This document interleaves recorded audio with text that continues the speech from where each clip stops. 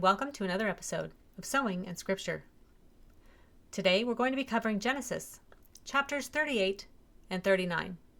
If you're enjoying these videos, go ahead and hit that like button, make sure you're subscribed, and ring that notification bell.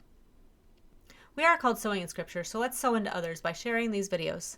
Remember, you may not know who needs to hear a word from God today, but it may just come from you.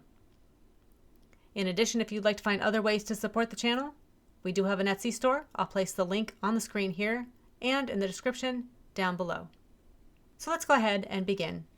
Genesis, chapter 38. At that time, Judah left his brothers and went down to stay with a man of Adullam named Hira. There, Judah met the daughter of a Canaanite man named Shua, and he married her and made love to her, and she became pregnant and gave birth to a son, who was named She conceived again and gave birth to a son and named him Onan. She gave birth to still another son and named him Shelah. It was at Kezib that she gave birth to him. Judah got a wife for his firstborn, and her name was Tamar. But Judah's firstborn, was wicked in the Lord's sight, so the Lord put him to death. Then Judah said to Onan, "Sleep with your brother's wife, and fulfill your duty to her as a brother-in-law to raise up offspring for your brother." But Onan knew that the child would not be his. So whenever he slept with his brother's wife, he spilled his semen on the ground to keep from providing offspring for his brother. What he did was wicked in the Lord's sight, so the Lord put him to death also. Judah then said to his daughter-in-law Tamar, "Live as a widow in your father's household until my son Shelah grows up." For he thought, he may die too, just like his brothers. So Tamar went to live in her father's household. Adullam was a Canaanite town situated on the route through Azekah and Shoko, halfway through Lachish and Jerusalem. It controlled one of the principal passes into the hill country of Judah from the northern Shephelah. It was about 15 miles northwest of Hebron.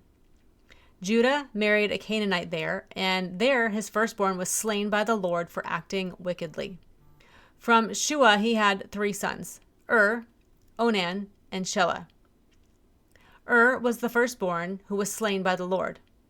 Evidently, he represented the rapid degeneration resulting from Shua's intimate Canaanite alliances. Left no heir, so according to the law of Levirate marriage, his brother Onan was to marry the childless widow and provide a son for This was a widely practiced custom in the ancient Near East and was later incorporated into the law of Moses in Deuteronomy, chapter 25, verses 5 through 10. But Onan knew that his child would not be considered his own, so he rejected his responsibility in favor of his own desires. So God killed him. After a long time, Judah's wife, the daughter of Shua, died. When Judah had recovered from his grief, he went up to Timnah, to the men who were shearing his sheep, and his friend Hira, the Adullamite, went with him. When Tamar was told, "Your father-in-law is on his way to Timnah to shear his sheep," she took off her widow's clothes, covered herself with a veil to disguise herself, and then sat down at the entrance to Enaim, which is on the road to Timnah. For she saw that, though Shelah had now grown up, she had not been given to him as his wife. When Judah saw her, he thought she was a prostitute, for she had covered her face. Not realizing that she was his daughter-in-law, he went over to her by the roadside and said, "Come now, let me sleep with you." "And what will you give me to sleep with you?" she asked. "I'll send you a young goat from my flock," he said. "Will you give me something as a pledge until you send it?" she asked. He said, "What pledge should I give you?"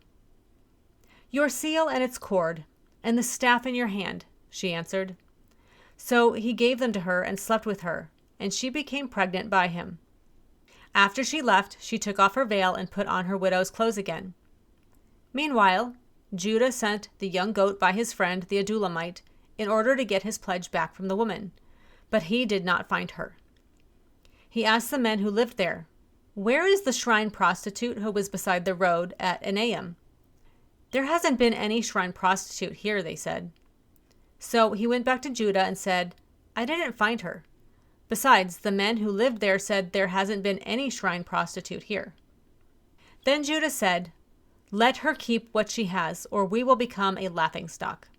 After all, I did send her this young goat, but you didn't find her." About 3 months later, Judah was told, "Your daughter-in-law Tamar is guilty of prostitution, and as a result is now pregnant." Judah said, "Bring her out and have her burned to death." As she was being brought out, she sent a message to her father-in-law. "I am pregnant by the man who owns these," she said, and she added, "See if you recognize whose seal and cord and staff these are." Judah recognized them and said, "She is more righteous than I, since I wouldn't give her to my son Shelah." And he did not sleep with her again. In verses 21 and 22, it is clear that she dressed and acted like a Canaanite prostitute. She is more righteous than I. Judah was wrong on 2 accounts. He had committed adultery with her, and he had not kept his word when he refused to give Tamar his son Shelah. When the time came for her to give birth, there were twin boys in her womb. As she was giving birth, one of them put out his hand. So the midwife took a scarlet thread and tied it to his wrist and said, "This one came out first." But when he drew back his hand, his brother came out, and she said, "So this is how you have broken out?" And he was named Perez. Then his brother, who had the scarlet thread on his wrist, came out, and he was named Zerah. Although the hand that appeared first belonged to Zerah, the child Perez, meaning breach, was actually born first. He is listed in the genealogy of Christ in Matthew chapter 1, verse 3. The prenatal struggle, like Esau and Jacob's in chapter 25, verse 22 through 26, brings a violent chapter to an end. It also launches the tribe of Judah on its career and provides the dark and dismal background for the appearance of godly Joseph. So let's go ahead and move on to chapter 39. Now Joseph had been taken down to Egypt. Potiphar, an Egyptian who was one of Pharaoh's officials, the captain of the guard, bought him from the Ishmaelites who had taken him there. The Lord was with Joseph, so that he prospered, and he lived in the house of his Egyptian master. When his master saw that the Lord was with him, and that the Lord gave him success in everything he did, Joseph found favor in his eyes and became his attendant. Potiphar put him in charge of his household, and he entrusted it to his care, everything he owned. From the time he put him in charge of his household and of all that he owned, the Lord blessed the household of the Egyptian because of Joseph. The blessing of the Lord was on everything Potiphar had, both in the house and in the field. So Potiphar left everything he had in Joseph's care, with Joseph in charge. He did not concern himself with anything except the food he ate.